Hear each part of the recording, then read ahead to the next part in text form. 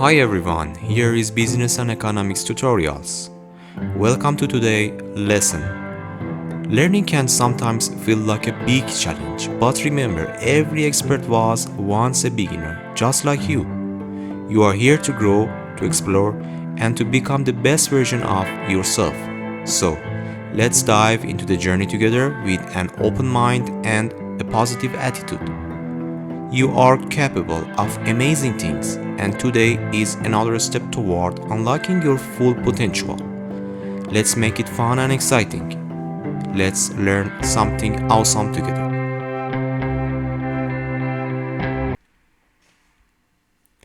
Chapter 23: Organization Structure and Employees. In any organization, this structure defines how roles, responsibilities, and authority are distributed and how communication flows between different levels of management and employees. Organizational structure is very important because it affects everything from the efficiency of operation to employee satisfaction and generally the overall effectiveness. There are several types of organizational structure. In this video, we will explore together these different structures in detail, examining how they impact organizational performance and how choosing the right structure can help achieve strategic goals. But before starting, please consider that, just like in any game, timing is everything. Whether you are studying for a test, working on a project, or just trying to improve yourself, how you manage your time can make a huge difference. So, think of life as a game where good timing helps you win. Prioritize your tasks, stay focused, and make every moment count. Remember, the better you understand and manage your time, the more you will achieve and more you will shine.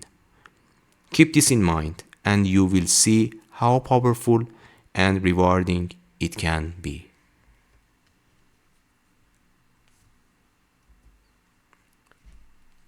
Okay, organization structure. As we know, running a business requires effective planning, decision making, coordination, and communication. These different tasks become more manageable when employees are organized into structured system with distinct functions and departments. So we want to organize or divide employees with distinct functions and different departments. The formal organization of the business is typically represented by organizational chart, which outline this internal structure. So organizational chart is show the formal organization, and the formal organization generally includes distinct function, departments, and how employee organized through the different departments with different functions. Again, formal organization will show to us how employees are divided between different departments and different functions or duties in simple language.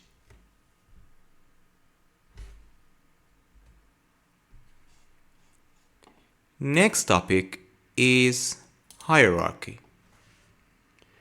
An organization has various levels of responsibilities ranging from the lowest to highest.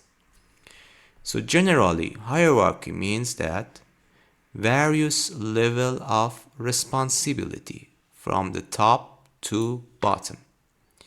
And authority refers to the right to issue commands and make decisions within this hierarchy. So, during this various level of organizational structure, the people at the top have more responsibility. And because they have more responsibility, they have a right to command to the people in the lower bottoms. So people at the top have more responsibility. These people have lower responsibility. Because these people have more responsibility, they have a right to issue commands or orders and make decisions for the people or employees at the lower levels. The authority refers to the right to issue commands, and the hierarchy means that the various level of responsibility. So this is various level of responsibility that we call it as hierarchy. And authority is right to issue commands of people that have a high responsibility to the employees that are being in lower levels.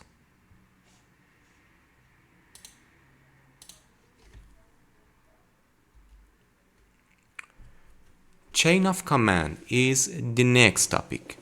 In an organization, orders travel through hierarchical chain, with each layer acting as a link in the chain. Orders move from the top to the bottom, and information can follow in the reverse direction from the bottom to up. So chain of command is the route that each layer acting as a link in the chain. And during this route, the order is a flow from the top to bottom, the orders from the tops to bottom, or from the people with high responsibility. And information is flows from the bottom to top to inform the people at the top of the organization about the result of their orders, or the feedback, what is the feedback of employees in the lower layers of organization.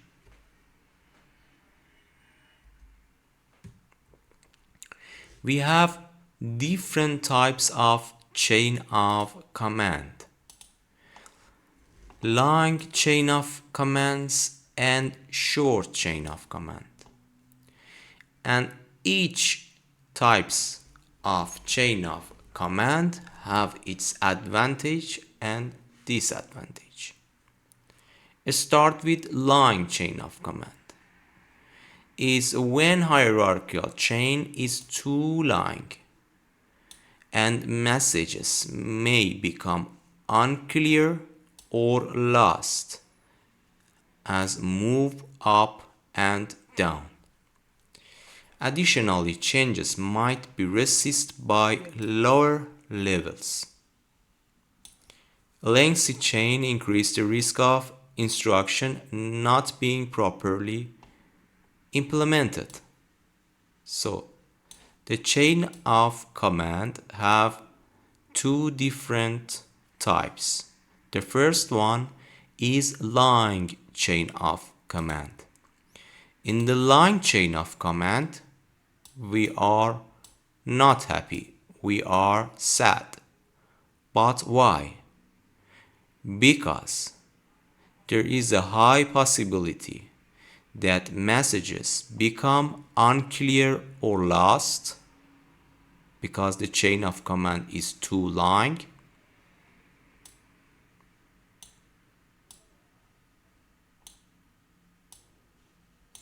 Because the chain of command is too long and it includes different frequent layers, there is a high possibility that messages become unclear or lost. As the orders and messages flow from the top to down, they should be past several layers, and this passage increases the possibility to lead to unclear or loss of messages. The next disadvantage of line chain of command that make us unhappy is resist by lower levels. And the final disadvantage is that there is a high risk of instructions not being properly implemented, because whenever the instruction and orders are unclear or lost, it leads to risk that instruction not being properly implemented.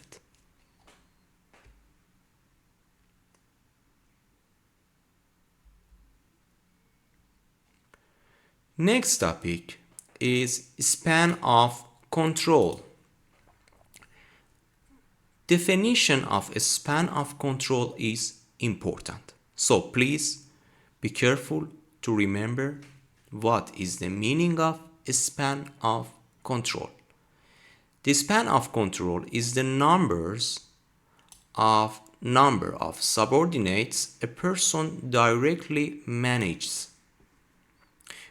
We have different types of span of control. The first one is the wide span of control. That means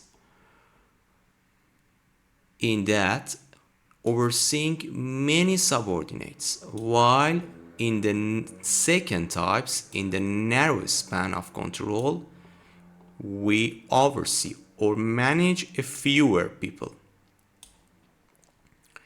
Managing more than 6 subordinates can create challenge. So we consider 6 subordinates or 6 people as a suitable or effective span of control.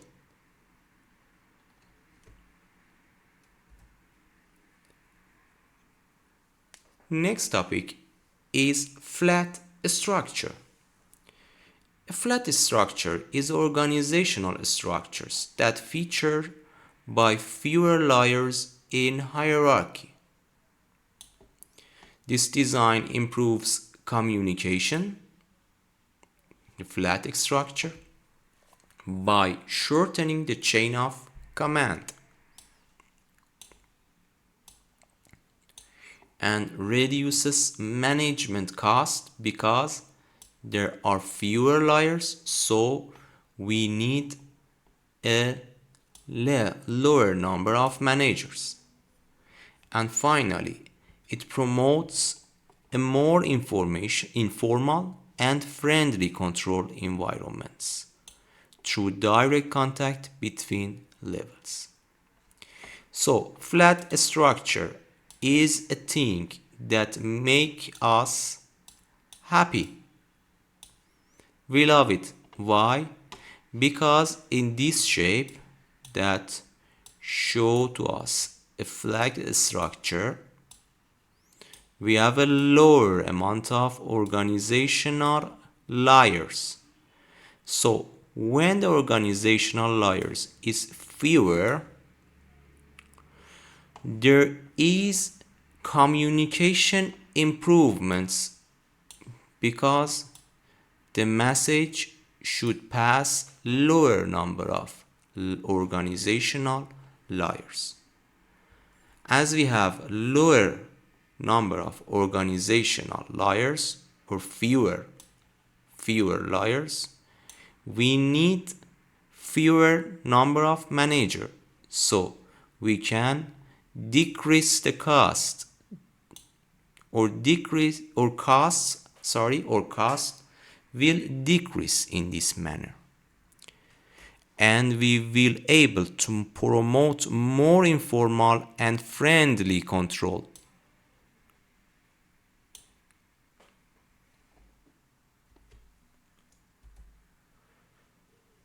Next is hierarchical or tall structure. As we know, a tall structure with many layers that lead to communication that is hindered by lengthy chain of commands, leading to higher management cost. This structure often provides clear promotion pathways, which can motivate staff,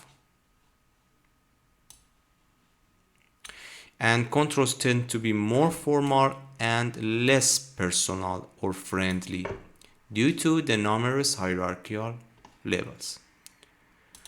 So, as we remember from past slides, the tall structure or hierarchical structures includes many organizational layers.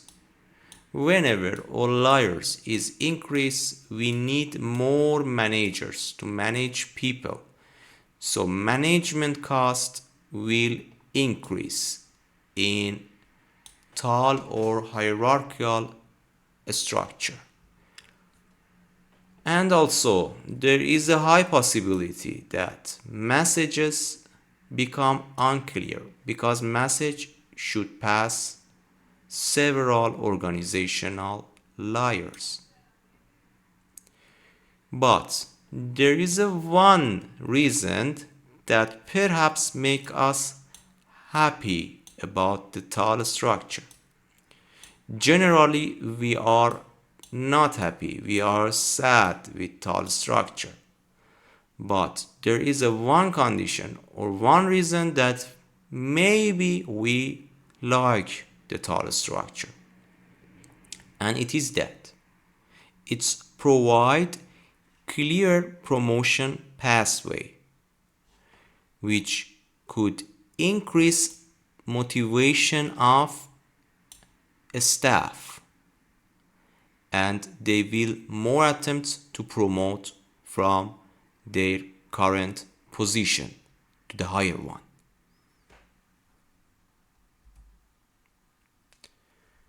Next topic is about delegations.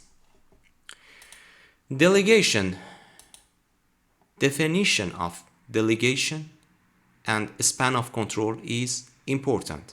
So please pay special attention to delegation. A manager might delegate complex tasks to subordinates while retaining overall responsibility. This approach can save time if subordinates complete the tasks efficiently. So,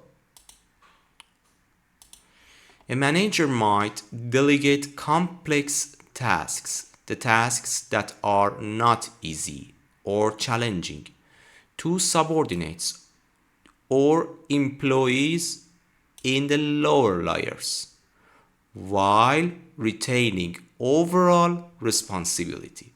So the managers have responsibility and give the complex tasks to subordinates. We like delegations because it saves the time of managers or time cost. Time cost will decrease in the delegations if subordinates complete the tasks efficiently.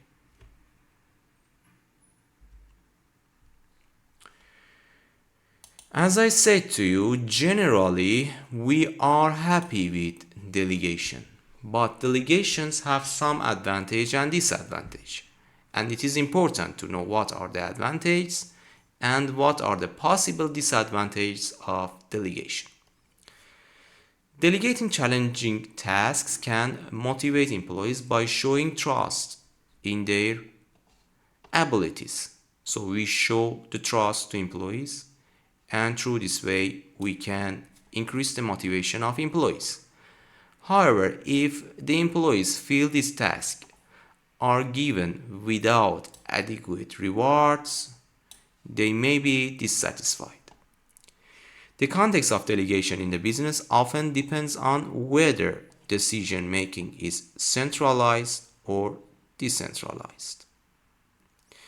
In the next part, we will review it together what is the meaning of centralized and what is the meaning of decentralized structure. But right now,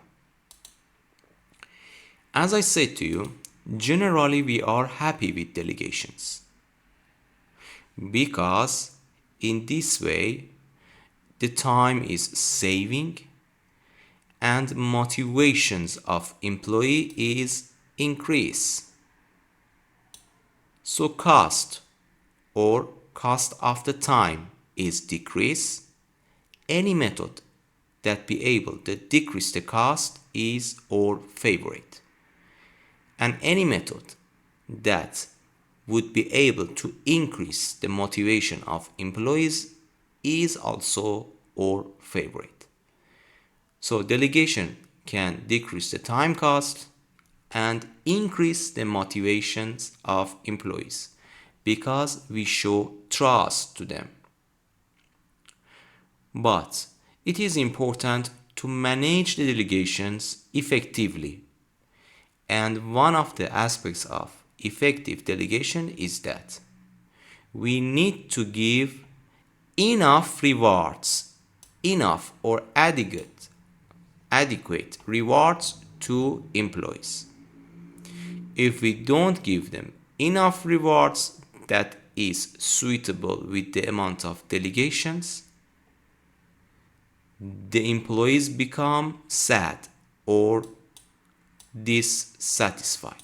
So important, we need to be considered that we consider enough rewards to employees in delegation.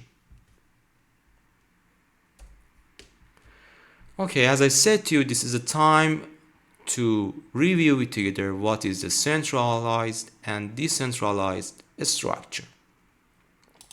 So centralized business or structures is where employees have no decision-making authority and all of the important decisions in the business is made by a central person or manager or the people at the top of the organization structure. Decentralized structure is where employees have decision-making authority or employees can participate in decision-making in business. This approach reduces the workload of senior managers and involves delegations decision down the hierarchy. The context of decentralizations depends on senior manager views on the benefits and drawbacks of this structure. But generally, we like the decentralized structure because employees have a decision-making rights, workloads of senior managers is decreased, and also decentralized structure will lead to increase in employees' motivation. Okay, final part for this video is difference of small and large businesses in terms of organizational structure. Generally, small businesses don't require formal organization structure because their small teams naturally communicate and understand each other's roles. In contrast, large businesses need formal structure. So generally, formal structure is suitable for large businesses. Initially, decision might be made centrally by the owners or key workers in the entrepreneurial setups. As the business grows, it may adopt the traditional structure where decision-making responsibility are distributed across various levels. Thank you for your precious attention.